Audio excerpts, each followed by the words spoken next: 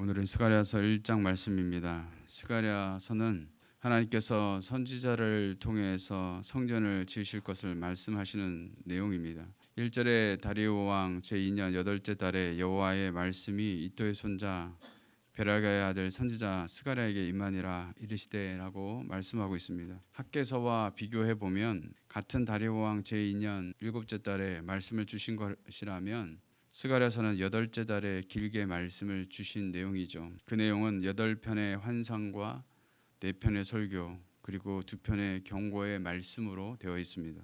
그 배경을 보면 남유다는 BC 586년에 바벨론에 의해서 완전히 멸망을 당하게 되고 성전까지 파괴되었지만 하나님의 주권적인 섭리하에서 BC 537년에 바벨론의 정복자인 바사의 고레스 왕이 유다의 백성들에게 해방령을 내리게 되죠. 이러한 해방령은 정치적으로 유민들에 대하여 관대한 정책을 사용하는 고레스 왕이 취한 정치적 노선에 따라 이루어진 것이었지만 역대기와 에스라서 저자는 해방령을 내려진 것을 여호와 하나님께서 고레스 왕에게 크게 감동하셨기 때문이라고 말씀하고 있습니다. 고레스 왕은 해방령을 선포함과 아울러 완전히 파괴되었던 예루살렘 성전을 재건하라고 명령합니다.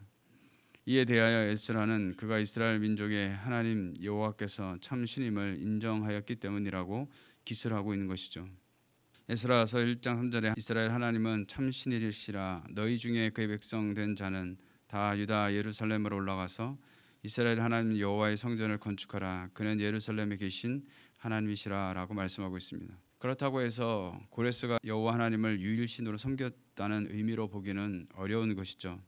그렇게 그는 여호와 이름을 위한 성전을 재건을 명할 뿐 아니라 재건에 들어가는 모든 경비까지 바사의 왕실에서 충당하기로 약속하였던 것입니다. 그런데 예루살렘 귀환자들 가운데 지도자였던 스룹바벨과 여호수아 등이 주축을 이루어 성전 재건 공사는 성전 지대를 놓았으나 성전 재건 사업은 난간에 부딪히고 말게 됩니다. 이는 유다의 대적들이 유다의 융성함을 경계하고 바사 왕실에 지속적으로 뇌물을 써서 그 재건 사업을 중단시켰던 것이죠.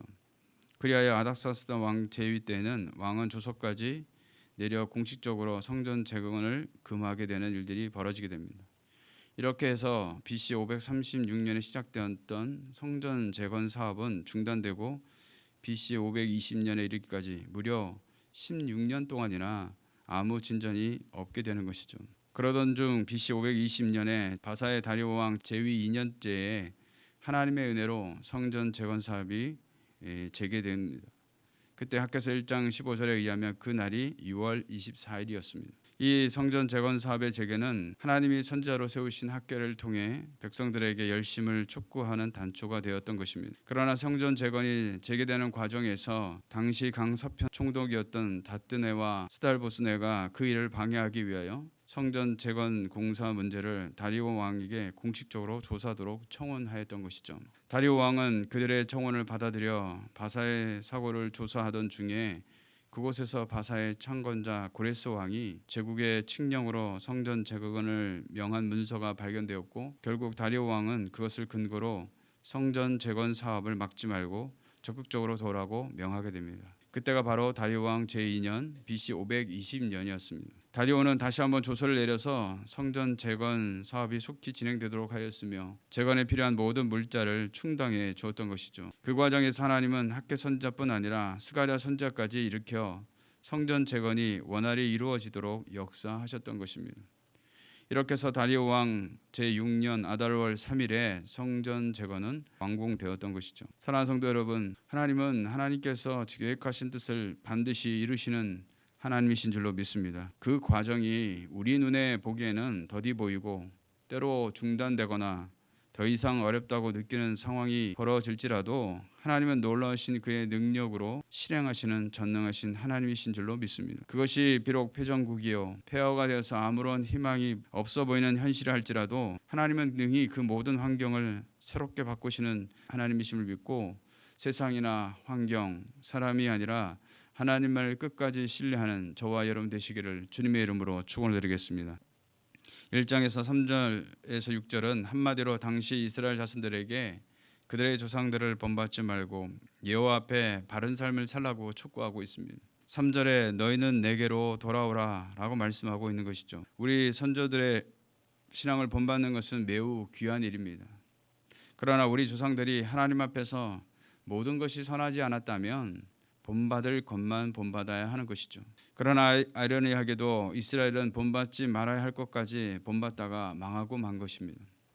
그런데 하나님은 포로 생활에서 귀환하여 성전 건축을 재개한 상황에서 왜 이런 말씀을 주고 계신 것일까요? 이미 백성들은 돌아왔고 성전 재건은 시작되었는데 왜 그들을 향해서 너희는 내게로 돌아오라, 왜 이렇게 말씀하고 계신 것입니까? 이는 두 가지 측면에서 생각해 볼 수 있습니다. 하나는 지금까지 성전 건축을 마음에 두지 않고 미루었던 바에 대한 책망과 권고일 수 있습니다. 즉 백성들이 처음 귀환할 때 품었던 하나님을 향한 열심을 잃고 거룩한 공동체를 재건하고자 하는 열의가 식었던 것과 연관지을 수 있다는 것이죠.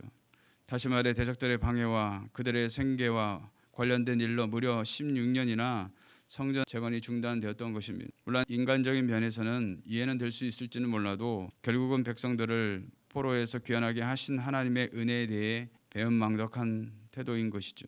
하나님의 살아계심을 믿지 못하는 불신앙의 행동이었던 것입니다. 따라서 성전 건축을 미루어왔던 바를 회개하고 새로운 출발을 하도록 이해할 수 있다는 것이죠. 두 번째는 성전 건축에 착수했으면서도 여전히 그 마음의 의심과 불신앙과 불평이 있었음을 반영하는 것으로 볼 수 있습니다. 다시 말해 몸으로 성전 재건 사업에 참여하고 있지만 그 마음에 불평과 의심이 있어서 아직 하나님께서 온전히 헌신되지 못한 백성들을 향해서 몸과 더불어 마음을 들여 성전 건축할 것을 촉구하는 것으로 볼 수 있다는 것이죠. 무슨 말이겠습니까? 그 마음이 하나님을 향해 있느냐 아니면 다른 것을 향해 있는지, 또한 그 마음이 하나님을 향해 진실된 마음으로 온전히 하나님만을 신뢰하고 있느냐가 중요하다라는 것이죠.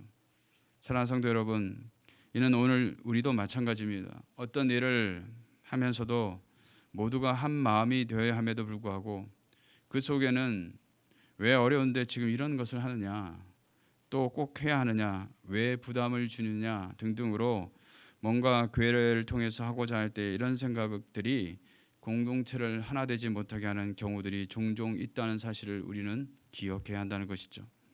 우리가 기억할 것은 하나님의 역사는 현실적인 형편과 상황만으로 진행되는 것이 아니라는 것입니다.